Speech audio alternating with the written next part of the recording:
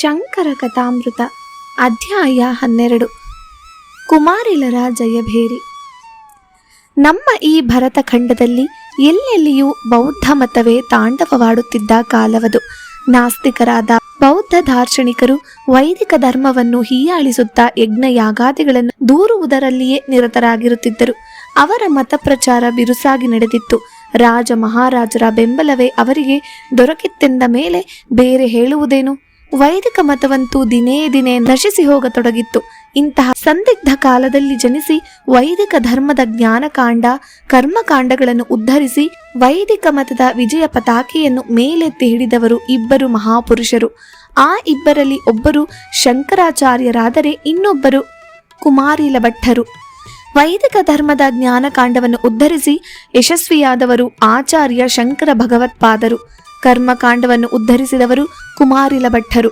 ಯಾವುದೇ ಒಂದು ಮತದ ಅಥವಾ ಶಾಸ್ತ್ರದ ಖಂಡನೆ ಮಾಡಲು ಹೊರಡುವ ಮುನ್ನ ಆ ಶಾಸ್ತ್ರದ ಪೂರ್ಣ ಪರಿಚಯವನ್ನು ಪಡೆದಿರಬೇಕು.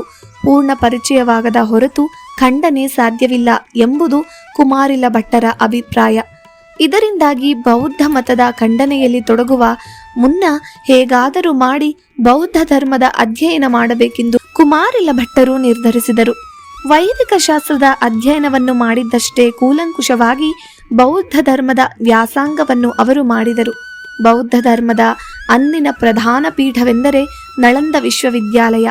ಯೋಗಾಚಾರ ಮತ್ತು ಶೂನ್ಯ ಮತಗಳ ಪ್ರಖ್ಯಾತ ಗ್ರಂಥಗಳನ್ನು ಕುರಿತು ವ್ಯಾಖ್ಯಾನಗಳನ್ನು ರಚಿಸಿದ್ದ ಮಹಾವಿದ್ವಾಂಸನಾದ ಧರ್ಮಪಾಲನೆಂಬಾತನು ಈ ಘಟಿಕಾಲಯದ ಅಧ್ಯಕ್ಷ ಅಂದರೆ ಕುಲಪತಿ ಕುಮಾರಿಲ ಭಟ್ಟರು ಈ ಧರ್ಮಪಾಲನ ಬಳಿಯಲ್ಲಿಯೇ ಬೌದ್ಧ ದರ್ಶನದ ಅಧ್ಯಯನ ಮಾಡಲು ತೊಡಗಿದರು. ತಾವು ವೈದಿಕ ಮತಾವಲಂಬಿ ಎಂಬ ವಿಷಯವನ್ನು ಮರೆಮಾಡಿ ಭಿಕ್ಷುವಾಗಿ ಅವನ ಶಿಷ್ಯರಾದರು. ಅಧ್ಯಯನ ಆರಂಭವಾಯಿತು. ಸ್ವಯಂ ಪ್ರತಿಭೆಯುಳ್ಳವರಾಗಿದ್ದ ಕುಮಾರಿಲ ಭಟ್ಟರು ಸ್ವಲ್ಪ ಕಾಲದಲ್ಲಿ ಮೆಚ್ಚಿನ ಶಿಷ್ಯರಾದರು. ಒಂದು ದಿನ ಧರ್ಮಪಾಲನು ತನ್ನ ಶಿಷ್ಯರಿಗೆಲ್ಲ ಬೌದ್ಧ ದರ್ಶನದ ವ್ಯಾಖ್ಯಾನವನ್ನು ಬಹಳ ಅರ್ಥವತ್ತಾಗಿ ಹಾಗೂ ವಿನೋದಕರವಾಗಿ ಹೇಳುತ್ತಿದ್ದನು. ಆಗ ಒಂದು ಸಂದರ್ಭದಲ್ಲಿ ವೇದಗಳ ನಿಂದನೆಯನ್ನು ಮಾಡತೊಡಗಿದನು. ಕುಮಾರಿಲರಿಂದ ವೇದಗಳ ನಿಂದನೆಯನ್ನು ಕೇಳಲು ಸಾಧ್ಯವಾಗಲಿಲ್ಲ. ಮೌನವಾಗಿ ಒಂದು ಕಡೆ ಕುಳಿತು ಬಿಟ್ಟರು. ಅವರ ಕಣ್ಣುಗಳಿಂದ ದುಃಖಾಶ್ರು ಧಾರೆಯಾಗಿ ಹರಿಯತೊಡಗಿತು. ವ್ಯಾಖ್ಯಾನ ಕೇಳುತ್ತಿದ್ದ ಭಿಕ್ಷುಗಳು ಇದನ್ನು ಗಮನಿಸಿದರು. ನಮ್ಮ ಗುರುಗಳು ವೇದಗಳ ನಿಂದನೆ ಮಾಡಿದರೆ ಇವನೇಗೆ ಕಣ್ಣೀರು ಸುರಿಸಬೇಕು? ವೇದಗಳ ನಿಂದನೆಗೂ ಬೌದ್ಧ ಭಿಕ್ಷುವಿಗೂ ಏನು ಸಂಬಂಧ ಎಂದು ತಮ್ಮಲ್ಲೇ ತರ್ಕಿಸಿದರು.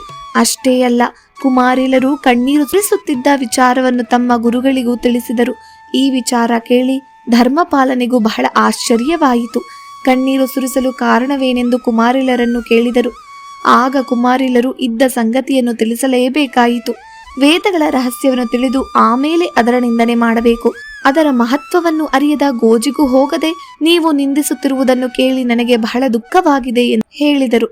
ಕುಮಾರಿಲರು ನಿಜವಾದ ಭಿಕ್ಷುವಲ್ಲ ಎಂಬುದನ್ನರಿಯಲು ಉಳಿದ ಭಿಕ್ಷುಗಳಿಗೆ ಹೆಚ್ಚು ಹೊತ್ತು ಬೇಕಾಗಲಿಲ್ಲ. ಧರ್ಮಪಾಲನ ಕ್ರೋಧ ಮೇರೆ ಮೀರಿತು. ಈ ಕ್ಷಣವೇ ಈ ಸ್ಥಳವನ್ನು ಬಿಟ್ಟು ಹೊರಡು, ನನಗೆ ಮುಖ ತೋರಿಸಬೇಡ ಎಂದಾಜ್ಞೆ ಮಾಡಿದರು.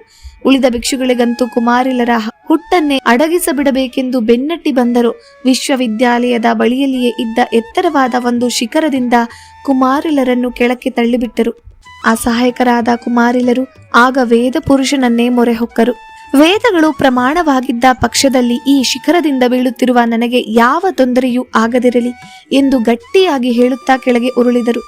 ಅದೇನಚ್ಚರಿ, ಅವರ ಮೈಮೇಲಿನ ಒಂದು ರೋಮಕ್ಕೂ ಪೆಟ್ಟು ತಗಲಿರಲಿಲ್ಲ. ವೇದ ಪುರುಷನೇ ಕುಮಾರಿಲರನ್ನು ರಕ್ಷಿಸಿದ್ದನು.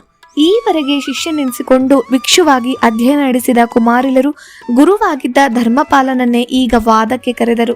ತನ್ನ ಬಳಿಯಲ್ಲೇ ಇದ್ದು ಅಧ್ಯಯನ ನಡೆಸಿದ ಈ ಶಿಷ್ಯ ಈಗ ತನ್ನನ್ನೇ ವಾದಕ್ಕೆ ಕರೆಯುತ್ತಿರುವುದನ್ನು ಕಂಡಾಗ ಗುರುವಾದ ಆ ಧರ್ಮಪಾಲನ ಸ್ಥಿತಿ ಹೇಗಿರಬೇಕು? ಸಿಟ್ಟಿನಿಂದ ಗುಡುಗುತ್ತಾ, ವಾದ ನಡೆಯಲಿ, ಆದರೆ ಒಂದು ಷರತ್ತು. ಸೋತವರು ತುಷಾನಲ ಅಂದರೆ ಹೊಟ್ಟಿನ ಬೆಂಕಿನಿಂದ ದೇಹವನ್ನು ದಹಿಸಿಕೊಳ್ಳಬೇಕು. ಈ ಷರತ್ತಿಗೆ ಒಪ್ಪುವೆಯಾ ಎಂದು ಗರ್ಜಿಸಿದನು ಆ ಧರ್ಮಪಾಲ.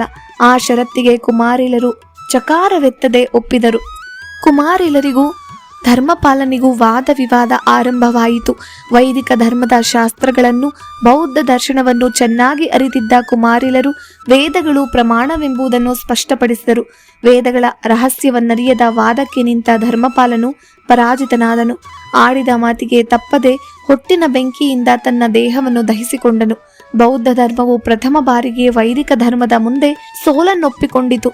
ಇದೇ ಬೌದ್ಧ ಧರ್ಮದ ಅವನತಿಗೆ ನಾಂದಿಯಾಯಿತು.